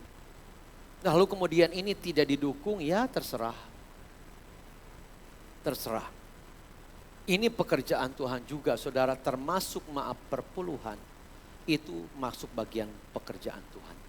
Kenapa saudara? Supaya ada makanan di rumahku. Artinya supaya orang-orang yang full timer tidak bekerja di luar itu bisa makan lewat perpuluhan saudara. Nah saudara, apakah perpuluhan masih diajarkan dalam Perjanjian Baru? Masih. Mana ayatnya yang mengatakan Yesus mencabut ajaran perpuluhan di dalam Perjanjian Baru? Enggak ada. Enggak ada ayatnya saudara. Kalau ada hamba-hamba Tuhan yang mengajarkan tidak wajib saudara, lalu saudara setuju karena memang kita pelit. Kita berat memberikan itu saudara, sehingga kita akhirnya setuju dengan yang itu. Padahal pemahaman Perjanjian Baru, Yesus tidak pernah mencabut perintah untuk kita membawa perpuluhan. Saya mendapatkan ungkapan dari seorang hamba Tuhan, ya, namanya Christopher Tapeheru. Ini hamba Tuhan katanya tidak sekolah Alkitab, tapi statementnya bagus-bagus, saudara. Ini anak pendeta Jos Tapiheru, itu dosen saya, saudara. Dia bilang begini, perpuluhan itu bukan usaha mengeluarkan uang dari dompet kita. Tanda kurung, Tuhan gak butuh uang lu. Kurung tutup. Tapi perpuluhan itu adalah usaha Allah untuk mengeluarkan berhala dari hati kita. Bisa nangkap gak? Berhala sekarang itu saudara bukan patung. Berhala sekarang itu uang. Itu yang sering kali membuat Tuhan itu dinomor duakan, itu uang, saudara. Makanya kalau kita berat, saudara, lah kalau Tuhan tanya, itu kan punya aku. Ada orang yang sok rohani dan berkata, semua milik Tuhan. Ketika ditantang untuk berkorban bagi Tuhan, berat. Bohong. Semua milik Tuhan jadi kebohongan nampaknya, saudaraku yang kekasih. Jadi pekerjaan Tuhan itu macam-macam, saudara. Ini pun saudara ketika kita korbankan, ini berkorban bagi Tuhan. Dan saudara jangan takut kekurangan kalau berani berkorban seperti ini. Tuhan melihat hati. Tuhan melihat hati, saudara. Jadi yang ketiga adalah pekerjaan Tuhan. Dan yang keempat, yang terakhir, saudara. Apa sasaran kita berkorban bagi Tuhan? Yang keempat itu adalah orang miskin. Orang miskin, saudara. Amsal 19 ayat yang ke-17 berkata, siapa menaruh belas kasihan kepada orang yang lemah? Lemah di sini salah satunya miskin. Memiutangi Tuhan yang akan membalas perbuatannya itu. Ini salah satu ayat yang aneh, saudara. Ketika kita memperhatikan orang miskin, ketika kita memberi kepada orang miskin, ternyata Tuhanlah yang merasa berhutang dengan apa yang kita lakukan. Dan kalau Tuhan merasa berhutang, maka Dia pasti membayar. Tidak mungkin tidak, saudara. Nah, jadi perhatikan baik-baik, saudara.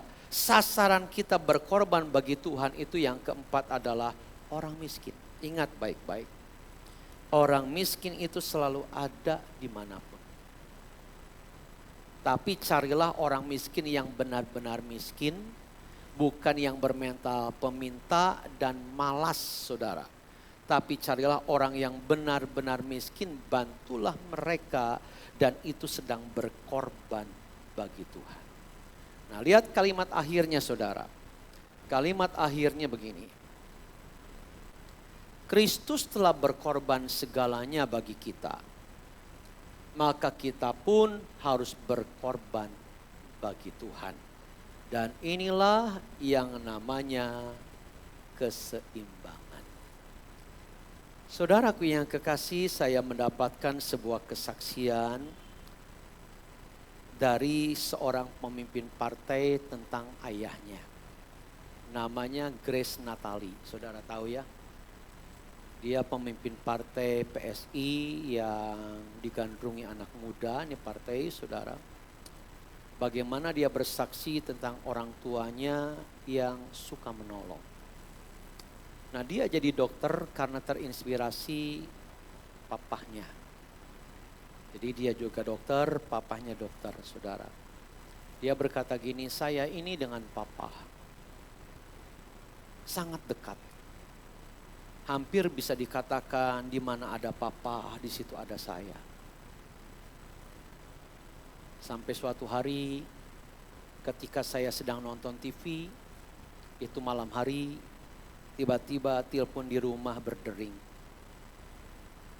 Dan papa mengangkat telepon itu, tiba-tiba papa mengucapkan kalimat begini, ya sudah kalau gitu naikkan ke meja operasi. Dia bertanya, ada apa Pak? Itu ada orang yang mau operasi, tetapi tidak punya uang DP-nya. Terus dia bertanya begitu kepada papanya, terus ya sudah kalau gitu digratiskan. Saudaraku yang kekasih, Itu rumah dokter. Kata Grace Natali, papa saya itu di dapur itu hampir tidak pernah kehabisan stok. Ada buah-buahan berkarung-karung, ada beras berkarung-karung, pemberian dari orang yang balas jasa karena dia sering menggratiskan operasi. Ketika saudara dia mendengar papanya harus segera berangkat untuk mengoperasi sementara tidak ada bayaran, hatinya kesel. Si Grace Natali ini kesel. Orang bekerja kok tidak dihargai ya. Tapi dia pendam, tiba-tiba ada telepon lagi. Suster berkata kepada dokter, dok, ini ada orang nangis-nangis, tidak bisa bayar operasi. Ya sudah kalau gitu, honor saya yang dipakai untuk membayar. Semoga cukup. Saudara, dokter itu kalau mengoperasi honornya gede loh.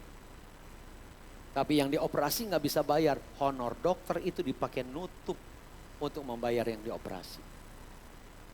Si Grace tambah jengkel, saudara melihat papahnya selalu menggratiskan. Sampai akhirnya berkata, Papa ini dimanfaatin. Papa dimanfaatin orang. Ini jutaan loh Pak, bukan ratusan ribu.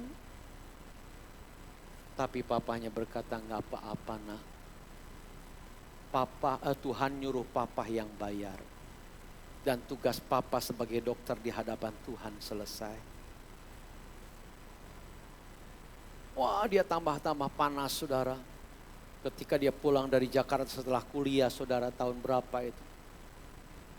Dia mendengar suster berkata bahwa kalau kita nggak punya uang datang saja ke dokter ini pasti digratiskan, bahkan pulangnya dikasih uang ongkos pulang. Wah, tambah panas saudara. Tapi si papahnya menjawab dengan tenang. Nah, walaupun selama ini papa banyak berkorban dan menggratiskan orang operasi, apakah kamu kekurangan? Apakah kamu tidak bisa sekolah? Toh hidup kita baik-baik saja. Tidak pernah kekurangan. Tapi kan Pak, siapa tahu orang yang bilang tidak bisa bayar itu sebetulnya di rumahnya itu kekayaannya banyak, sawahnya gede. Ya itu urusan dia dengan Tuhan. Kalau dia berbohong kepada papa, urusannya dengan Tuhan. Apa yang dia katakan misalnya dia merasa miskin, jadilah sesuai dengan imannya. Grace Natali diam, tidak bisa ngomong. Dia ngobrol terus dengan papahnya saudara sepanjang malam itu. Dan kemudian papanya berkata, apakah kamu pernah lihat sungai? Pernahkah kamu lihat sungai yang tidak mengalir? Ya Pak, kenapa? Apa yang terjadi dengan sungai itu? Sungai itu banyak kotoran. Dan bukan hanya banyak kotoran dan sungai itu jadi bau. Demikian pula dengan berkat yang kita timbun di dalam hidup kita. Kalau tidak pernah mengalir, itu akan banyak kotoran dan bau. Dia tidak bisa ngomong apa-apa lagi saudara. Dan akhirnya papahnya pergi malam itu untuk mengoperasi orang. Dari situ si Grace mendapatkan inspirasi. Orang yang suka menolong itu sama dengan berkorban bagi Tuhan. Tidak akan pernah kekurangan. Tidak akan pernah kekurangan saudara. Ingat baik-baik. Dalam setiap berkat yang kita terima dari Tuhan. Sebetulnya di situ dititipkan Tuhan untuk satu keluarga. 2 orang tua, 3 pekerjaan Tuhan, 4 orang miskin. Jangan pernah melalaikan itu. Siapa berani mempraktekkan ini saudara, lihat dia tidak akan pernah jatuh miskin. Tetapi dia akan semakin diberkati Tuhan. Yesus sudah berkorban segala-galanya. Maka kita yang telah ditebusnya juga berani berkorban untuk kemuliaan nama Tuhan. Tuhan memberkati kita. Amin. Mari kita berdiri saudara.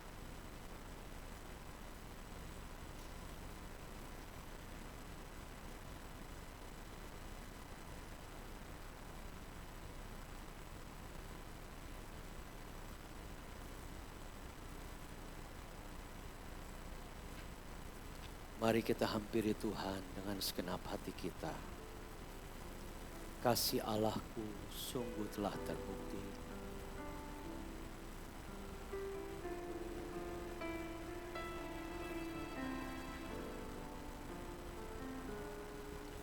kasih Allahku sungguh telah terbukti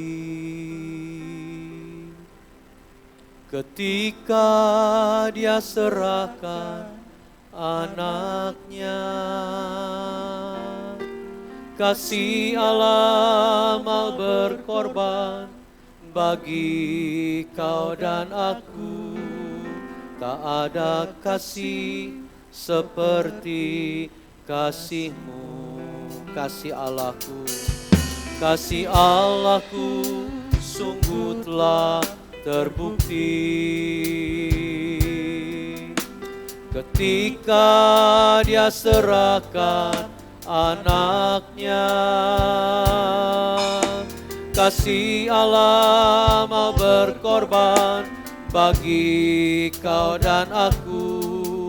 Tak ada kasih seperti bersyukur, bersyukur, bersyukur, bersyukur, bersyukurlah, bersyukur karena kasih setiamu. Ku sembah, ku sembah, ku sembah dan ku sembah. Selama hidupku ku sembah Kau Tuhan. Kasih Allahku sungguh telah terbukti. Kasih Allahku sungguh telah terbukti. Saya mengundang petugas perjamuan maju ke depan. Anaknya, kasih Allah mau berkorban bagi kau dan aku. Tak ada kasih seperti kasih-Mu. Bersyukur, bersyukur, bersyukur, bersyukurlah, bersyukur karena kasih setiamu.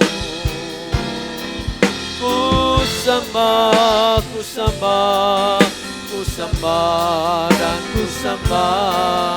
Selama hidupku ku sembah Kau Tuhan. Jemaat saja katakan kasih Allahku. Ya, nyanyikan dengan ketulusan hati. Hayati bahwa Kristus adalah bukti kasih Allah yang terbesar. Dia sudah berkorban bagi kita. Belajarlah kita berkorban baginya. Bersyukur. Haleluya.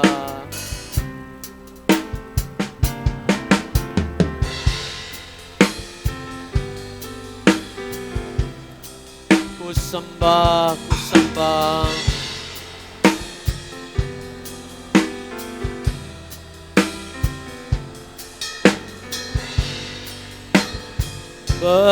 Bersyukur, bersyukur,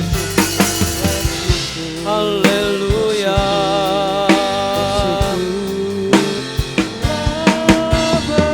Ya Tuhan, haleluya, haleluya. Ya Yesus.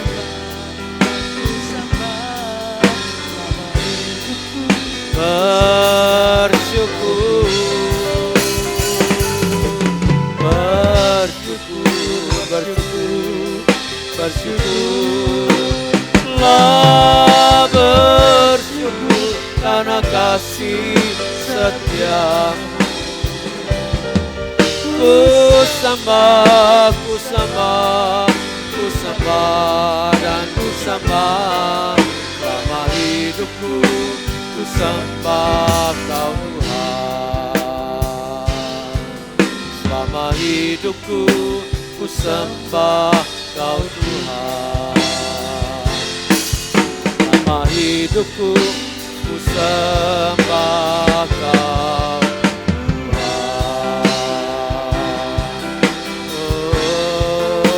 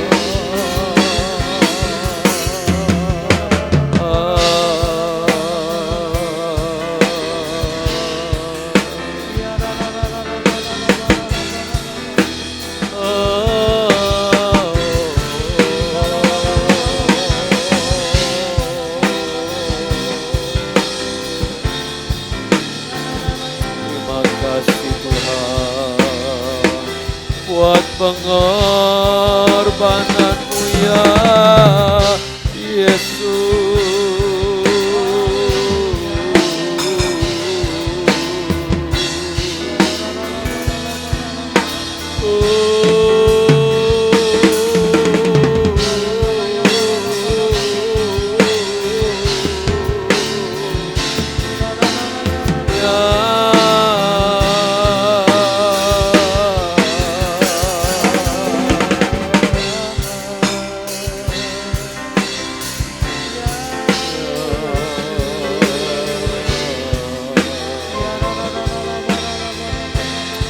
Kasih Tuhan Yesus, haleluya.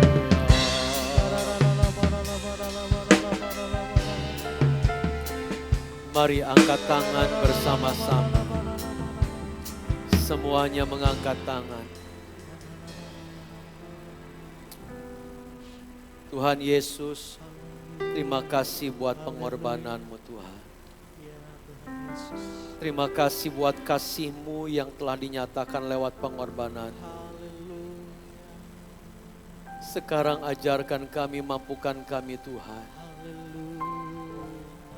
Kalau kami mengasihi Tuhan, kami wujudkan juga dalam pengorbanan bagi-Mu Yesus. Mampukan kami melakukan itu Tuhan. Kami tidak mau terikat dan diperbudak oleh harta benda. Kami ingin memiliki Tuhan Yesus Kristus saja.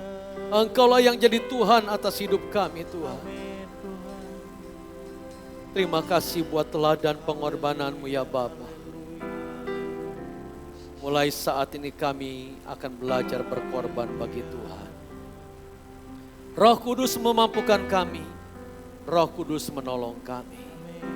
Terima kasih Tuhan. Bapa, sebentar kami akan bersekutu dengan tubuh dan darah-Mu.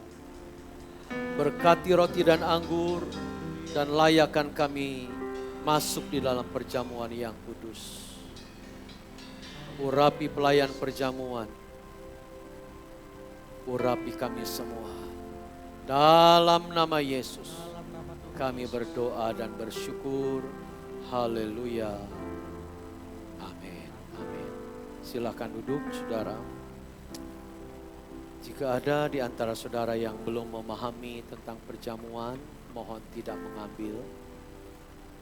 Dan kalau saudara tidak kuat minum anggur, angkat tangan, nanti diganti dengan air teh.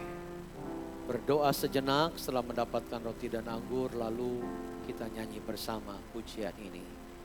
Kasih Allahku sungguh telah terbukti ketika Dia serahkan anaknya. Kasih Allah mau berkorban bagi Kau dan aku, tak ada kasih seperti kasih-Mu. Kasih Allahku, kasih Allahku sungguh telah terbukti ketika Dia serahkan anaknya. Kasih Allah Mau berkorban bagi kau dan aku.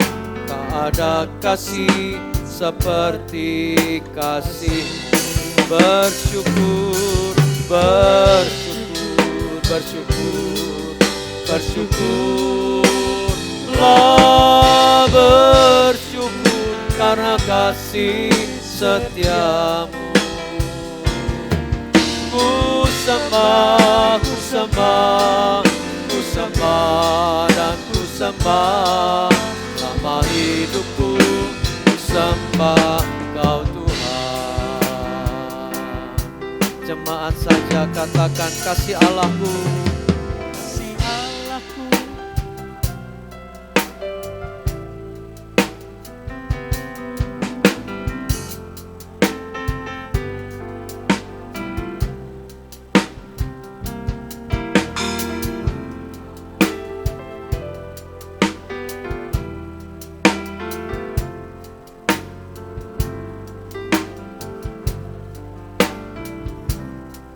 kasih Allahku. Kasih Allahku.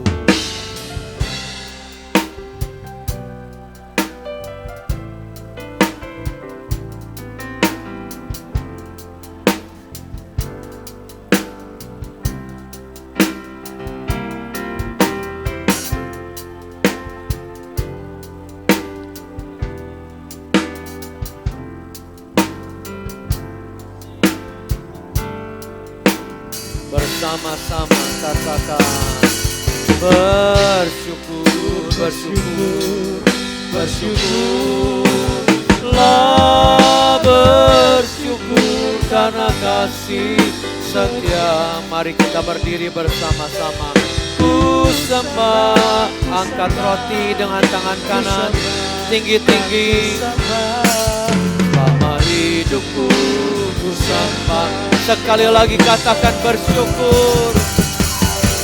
Bersyukur, bersyukur, bersyukurlah, bersyukur karena kasih setiamu.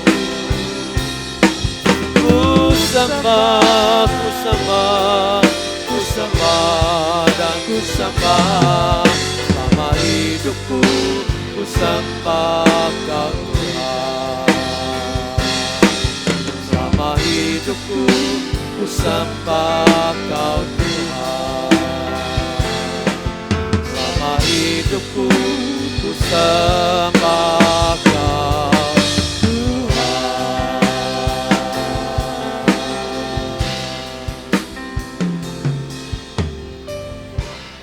Setiap kali kita memegang roti perjamuan, ingat ini adalah tubuh Kristus yang terpecah-pecah. Karena cintanya yang besar kepada kita, maka Dia rela berkorban. Sebab itu akui dan hormatilah perjamuan ini. Dengarkan firman Tuhan. Sebab apa yang telah kuteruskan kepadamu telah aku terima dari Tuhan, yaitu bahwa Tuhan Yesus pada malam waktu Ia diserahkan, mengambil roti dan sesudah itu Ia mengucap syukur atasnya. Ia memecah-mecahkannya dan berkata, inilah tubuhku yang diserahkan bagi kamu. Perbuatlah ini menjadi peringatan akan aku. Saudaraku yang kekasih, bukankah roti yang kita pegang ini ada persekutuan dengan tubuh Kristus? Mari kita makan dengan iman dalam nama Yesus.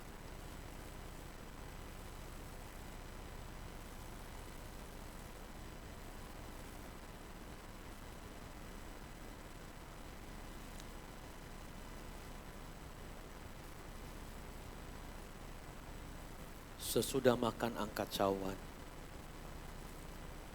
Cawan ini adalah darah Kristus yang tertumpah.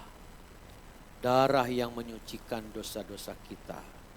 Akui dan hormatilah cawan ini. Dengarkan firman Tuhan. Demikian juga ia mengambil cawan sesudah makan lalu berkata, cawan ini adalah perjanjian baru yang dimeteraikan oleh darahku. Perbuatlah ini setiap kali kamu meminumnya, menjadi peringatan akan aku. Saudaraku yang kekasih, bukankah cawan anggur ini ada persekutuan dengan darah Kristus? Mari kita minum dengan iman dalam nama Yesus.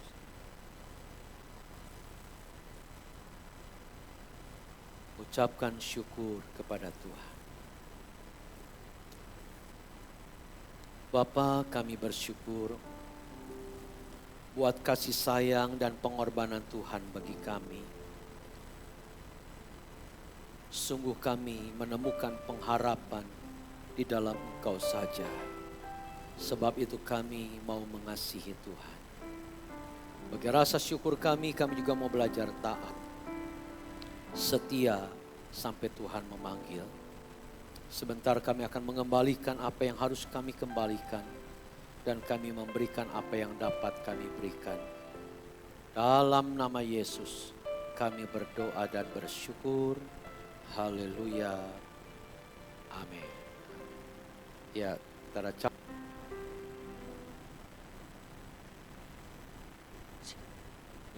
Saya mau persilahkan bagi jemaat yang ingin mengembalikan persepuluhan dan membawa persembahan yang lain untuk maju ke depan. Dan kita akan melihat info bergema selama sepekan.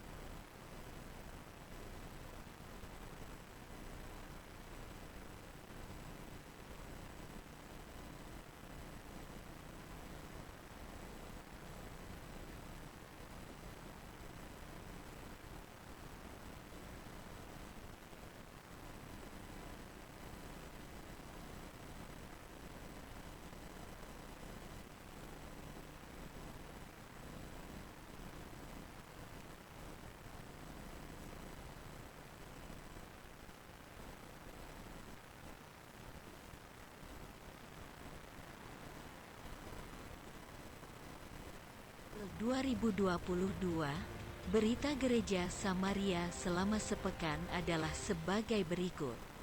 Persembahan yang masuk pada hari Minggu tanggal 27 April 2022 adalah sebagai berikut.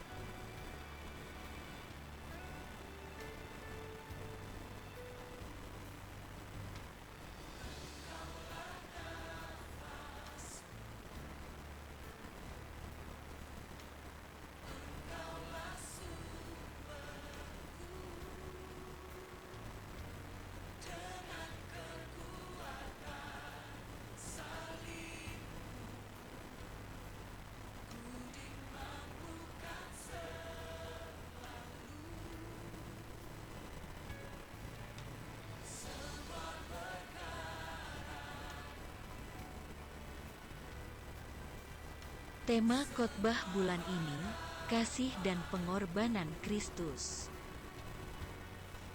Kami mengucapkan selamat datang bagi Bapak, Ibu, Saudara-saudari yang baru pertama kali hadir di tempat ini. Jika belum memiliki tempat ibadah yang tetap, kami mengundang untuk dapat bergabung dengan kami. Bagi jemaat yang memiliki anak sekolah minggu kelas Bethlehem, setelah ibadah selesai dapat mengambil lembar kreativitas kepada guru kelas Bethlehem.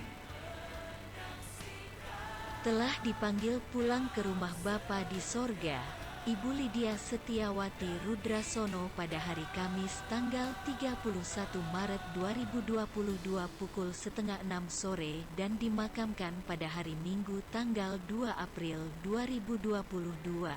Bapak Ibu Gembala, staf penggembalaan, tua-tua gereja, serta seluruh jemaat GBI Samaria Pemalang turut mengucapkan belasungkawa. Kiranya Tuhan memberikan kekuatan dan penghiburan bagi keluarga yang ditinggalkan.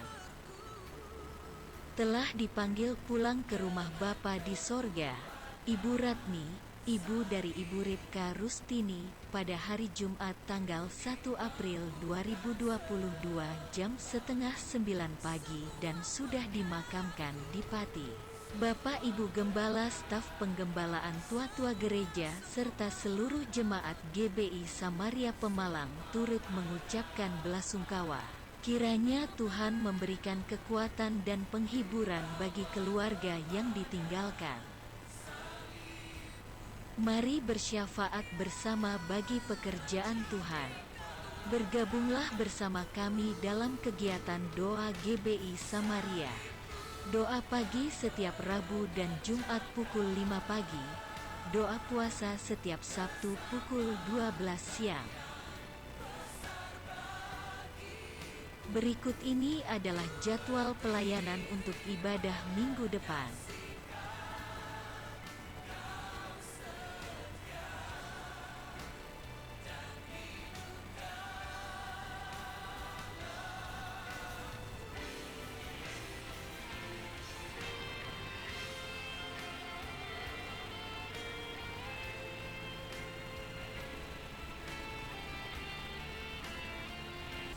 Selamat ulang tahun kepada jemaat yang berulang tahun pada minggu ini. Kiranya Tuhan Yesus semakin memberkati.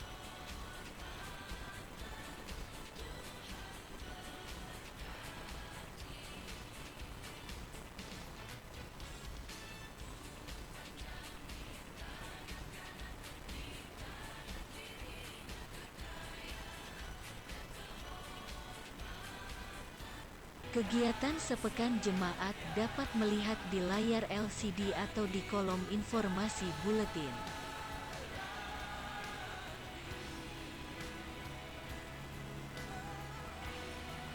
Dukung dan hidupi subvisi GBI Samaria tahun ini, membangun hidup menuju keserupaan dengan Kristus. Sampai jumpa di ibadah minggu depan. Tuhan Yesus memberkati.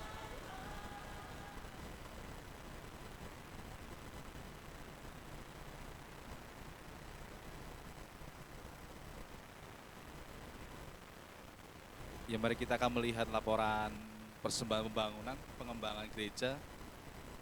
Silakan. Persembahan masuk dari tanggal 27 Maret sampai tanggal 2 April. Bapak Ibu bisa melihat di layar LCD. Totalnya yaitu adalah 3.462.000. Mari kita tetap dukung perkembangan gereja ini, pembangunan gereja. Karena untuk dana yang dibutuhkan untuk pembelian tanah 900 juta dan untuk renovasi bangunan dan tembok keliling sebesar 300 juta. Dana yang sudah terkumpul yaitu sebesar 639.255.000 dan yang masih diperlukan adalah 560.745.000. Mari kita tetap dukung di dalam doa dan dana untuk pengembangan gereja ini semakin bisa berlanjut dengan baik dan semuanya untuk kemuliaan nama Tuhan. Dan waktu selanjutnya saya serahkan kepada Bapak Gembala.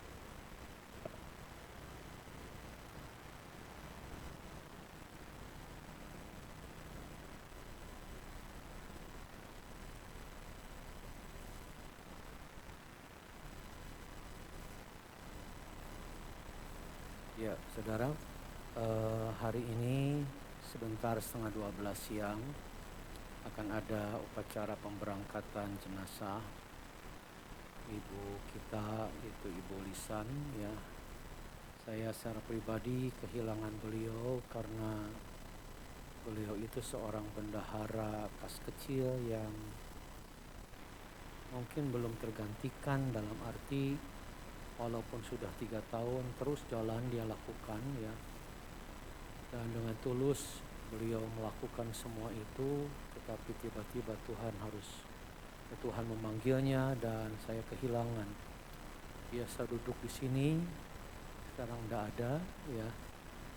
Dan itu kehilangan tersendirilah bagi kita, apalagi beliau ini dekat dengan siapa saja. Karena itu bagi saudara yang berempati, marilah kita datang setelah ini di yayasan jam 11:30 kita akan adakan upacara pemberangkatan, berikan penghiburan kepada keluarga yang berduka. Ya, tidak ada yang lain, saudara, mari kita berdiri, kita akhiri. Apakah ada yang berulang tahun minggu ini? Silahkan maju ke depan kalau ada.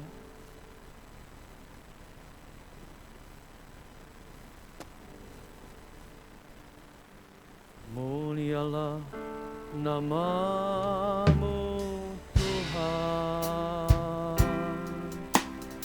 berkat-Mu atasku melimpah. Mulialah nama-Mu Tuhan, Kau layak terima pujian.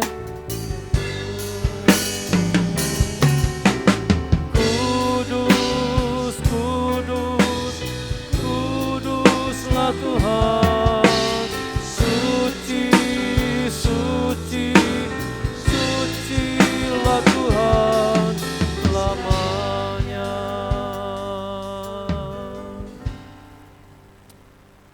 Bapa Surgawi, hati kami meluap dengan ucapan syukur ya Tuhan.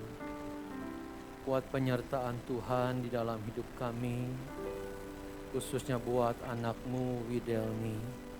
Jika minggu ini Tuhan usianya akan Kau tambahkan genap 1 tahun lagi, biarlah Bapa pertambahan umur akan disertai dan diimbangi dengan pertumbuhan iman, perkembangan iman yang baik, sehingga dimanapun saudari Widelmi ini berada, maka disitulah ia mempermuliakan nama Tuhan. Kami berdoa Tuhan lengkapilah hidupnya dengan berkat jasmani dan rohani. Di dalam nama Tuhan Yesus, terimalah berkat Tuhan turun atasmu saat ini dan sampai selama-lamanya. Dan muliakanlah Tuhan dimanapun engkau berada, dan apapun yang kau kerjakan akan dibuat Tuhan berhasil dalam nama Tuhan Yesus. Bapa, kami bersyukur buat ibadah kami. Tiba saatnya kami akan pulang, namun sebentar kami akan mengikuti upacara pemberangkatan jenazah dari ibu kekasih kami, Ibu Lisan Tuhan. Berkatilah acara ini Tuhan, berikan kekuatan penghiburan kepada keluarga yang berduka, Pak Kris dan Ica. Kami juga berdoa buat jemaat-Mu yang sakit. Kami doakan buat Ibu Meyin, kami doakan buat Ibu Dewi, kami doakan buat Bapak Sumadi, kami doakan Ibu Kimcu, kami doakan buat Oma Yani, kami doakan buat Ibu Kasmini, Ibu Hanayati, kami doakan buat Pak Murdiono ya Tuhan. Kami doakan Bapak Anggun di dalam nama Yesus. Jadilah sembuh oleh kuasa darah Kristus. Kami berdoa buat jemaat yang undur Tuhan. Kembalikanlah mereka mendekat kepada Tuhan. Amin Tuhan. Jangan biarkan mereka menjauh dan binasa karena ketidakmengertian. Tarik mereka melekat kepada Tuhan. Ya Tuhan. Kami berdoa buat segenap usaha jemaat. Tuhan, di dalam tangan Tuhan kami tidak akan kekurangan. Amin. Kami mau bekerja keras Tuhan, ini bagian kami. Dan Tuhan melakukan bagian-Mu memberkati kami. Terima kasih Tuhan, kami menyerahkan bangsa dan negara kami ke dalam tuntunan Roh Kudus. Kami berkati para pemimpin kami. Haleluya. Di dalam nama Yesus. Dalam nama Tuhan Terima Yesus. kasih Bapa buat pengembangan gereja. Engkau yang memulai, Engkau juga yang akan menyelesaikannya. Amin. Libatkan kami di dalam rencana Tuhan yang besar ini Tuhan, agar kami dapat menjadi alat kemuliaan Tuhan. Terima kasih Bapa, sebentar kami akan pulang. Tuhan menyertai kami, mari angkat tangan. Saudaraku yang kekasih, marilah kita pulang dengan membawa berkat dari Tuhan. Diberkatilah keluargamu, diberkatilah anak cucumu, Amin. diberkatilah pekerjaan toko ladang dan sekolahmu, diberkatilah engkau di kota, diberkatilah engkau di desa, diberkatilah engkau dimanapun kau berada. Engkau akan terus naik dan tidak turun, sehingga engkau jadi kepala dan bukan ekor, dan hidupmu jadi berkat dimanapun kau berada. Karena itu saudara, pulanglah, bawalah berkat dari Allah Bapa, kasih dan sayang di dalam anaknya Yesus Kristus, dan persekutuan di dalam Roh Kudus menyertai kita semua mulai saat ini sampai selama-lamanya. Haleluya.